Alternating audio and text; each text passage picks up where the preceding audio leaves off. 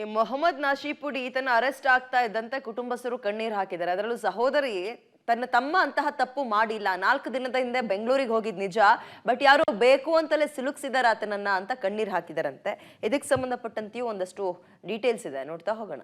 ನಡೆದಂತಹ ವಿಜಯೋತ್ಸವದಲ್ಲಿ ಪಾಕ್ ಪರ ಘೋಷಣೆಯನ್ನ ಕೂಗಿತ್ತು. ಅದರಲ್ಲಿ ಪ್ರಮುಖವಾಗಿ 3 ಆರೋಪಿಗಳನ್ನ ಈಗಾಗಲೇ ವಿಧಾನಸೌಧ ಪೊಲೀಸರು ಅರೆಸ್ಟ್ ಮಾಡಿರುವಂತದ್ದು. ಅದರಲ್ಲೂ ಬ್ಯಾಡಗಿ ಪಟ್ಟಣದ ಮೊಹಮ್ಮದ್ ಶಫಿ ನಾಶಿಪುಡಿ ಅವರು ಕೂಡ ಆರೋಪಿಯಾಗಿ ಇವತ್ತು ಬಂಧನ ಆಗಿರೋ ಹಿನ್ನೆಲೆಯಲ್ಲಿ ಅವ್ರನ್ನೂ ಸಹ ಪೊಲೀಸರು ಬಂಧನ ಮಾಡಿರುವಂಥದ್ದು. ಆ ಬಂಧನದ ಸುದ್ದಿ ತಿಳಿತಿದ್ದಂತೆ ಕುಟುಂಬದ ಸದಸ್ಯರು ಒಂದು ರೀತಿ ಶಾಕ್ನಲ್ಲಿ ಈಗ ಕುಟುಂಬದ ಒಳಗಡೆ ಇರುವಂಥದ್ದು. ನಾವು ಬ್ಯಾಡಗಿ ಪಟ್ಟಣದಲ್ಲಿರ್ತಕ್ಕಂತಹ ನಾಸಿಪುಡಿಯವರ ಮನೆ ಮುಂಭಾಗದಲ್ಲಿರುವಂಥದ್ದು.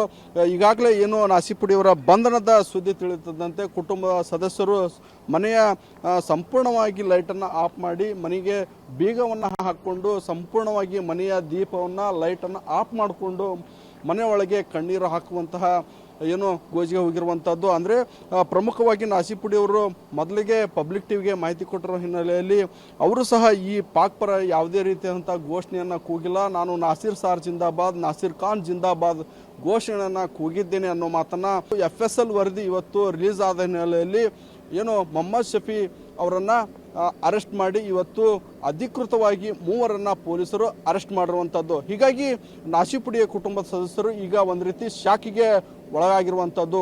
ಕ್ಯಾಮರಾಮನ್ ನಗರ ಜೊತೆ ಪಕಿರಯ್ಯ, ಪಬ್ಲಿಕ್ ಟಿವಿ, ಹಾವೇರಿ.